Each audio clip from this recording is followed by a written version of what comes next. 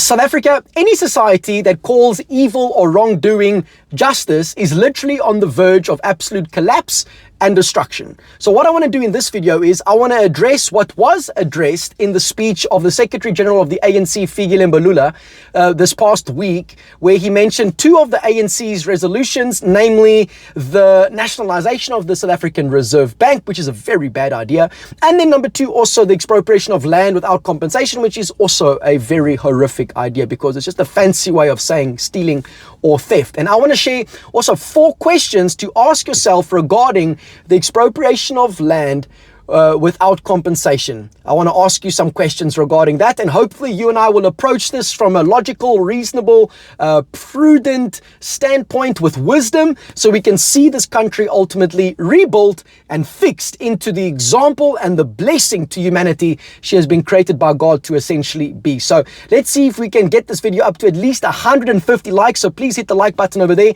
and leave your comments down there below. And welcome to the William Moyses Show. If you haven't yet subscribed, please go ahead and do so as well. Sambonani Tobela Dumilang, Goeiemiddag, good afternoon in Da Molweni, South Africa. Siyabangena, here we go. So, in a fiery speech on January the 9th, 2026, ANC Secretary General Fikile Mbalula reaffirmed key resolutions of the ANC, insisting the party will push for both land expropriation without compensation, so in other words, theft, and the nationalization of the South African Reserve Bank. Now, proof is in the pudding, champs, when it comes to the nationalization of the Reserve Bank, the South African Reserve Bank. For example, Eskom, for example, Prasa, for example, the Post Office, for example, SAA. The proof is in the pudding. So the nationalization of the South African Reserve Bank is not a good idea for many various reasons. It weakens the rand, prices increase, say goodbye to at least some of the savings over there as well. Inflation, we can go on and on and on and on. So it's definitely not a good idea, and it cannot be ultimately for the people. Okay, but let's carry on here. It says, Mbalula said these measures are essential for economic transformation and redress, arguing the ANC must implement its historic conference decisions to enable broader black participation in the economy. Here's another statement I want to make, South Africa, and that is simply this: in order for us to move forward and build a future with this beautiful country, we need to put South Africa first and not race first.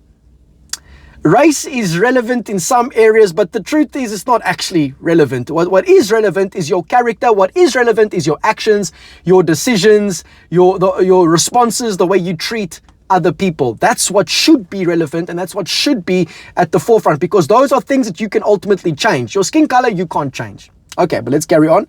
His remarks underscored ongoing tension within South Africa's Government of National Unity, the GNU, particularly with coalition partners who opposed these policies, and highlighted the ANC's commitment to its radical economic agenda despite criticism. Okay, so here are the 4 questions that I would love to ask you all, South Africa, and if you haven't yet liked the video, please go ahead and do so. So number 1, if you are the government, and if taking property without payment is justice, then why on earth is it considered a crime when individuals do that?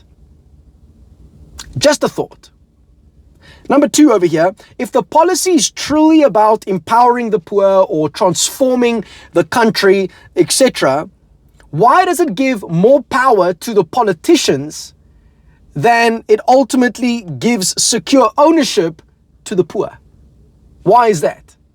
Because let's be honest, the ANC have been in power for over 30 odd years within this country, and one of the, for lack of a better word, one of the stupidest things to do is to work hard at something that's not working. So why is that essentially the case? Let me know down below in the comments. Number 3, why do countries that respect the God-given right for private ownership and property rights actually lift people out of poverty, versus those who ignore it tend to deepen poverty? Why is that?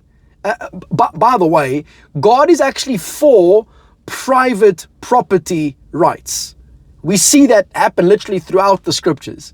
Okay? Very, very important point to make over here as well, South Africa. Okay? God is actually pro that. So with that being said, number 4 over here, if the policy is actually about redressing injustice, why does it apply collectively rather than targeting proven cases of wrongdoing? So why is there a collective potential collection, all right, at the expense of just targeting the cases of proven wrongdoing, if you say the policy is for redressing injustices of the past. Like, why do the innocent and the vulnerable now need to suffer at the hands of the greedy? You see, these policies don't work. These ideologies don't work in any way, shape, or form. And you and I, as citizens of this beautiful country, need to, number one, pray for those that have some level of authority or position within this country, that God would open up their eyes so they can see what it is that they are ultimately busy with. And then number two, you and I need to act accordingly and righteously as God leads us.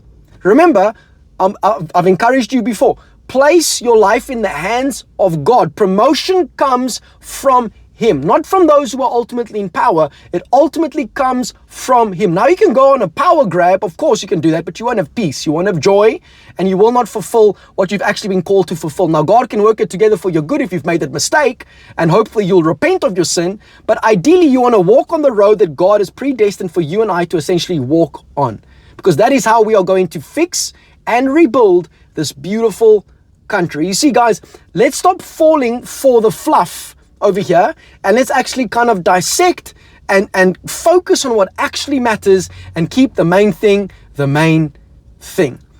And that is, if we move away from God's way of doing things, collapse is inevitable. But if we come back to God's way of doing things, growth is inevitable. Guys, if you got something out of this video, please share it far and wide. And also, I want to encourage you today to consider becoming a media partner of the William Moyses Show. Help us to remain uncensored. Help us to remain independent and free. All right, it's vitally important so we can continue to get the truth out there. There's a link in the description down there below. You can go click on that link over there and you can sign up and become a partner, a media partner today. Thank you once again for watching. Siyabangena, siyapambili. God bless you and God bless South Africa.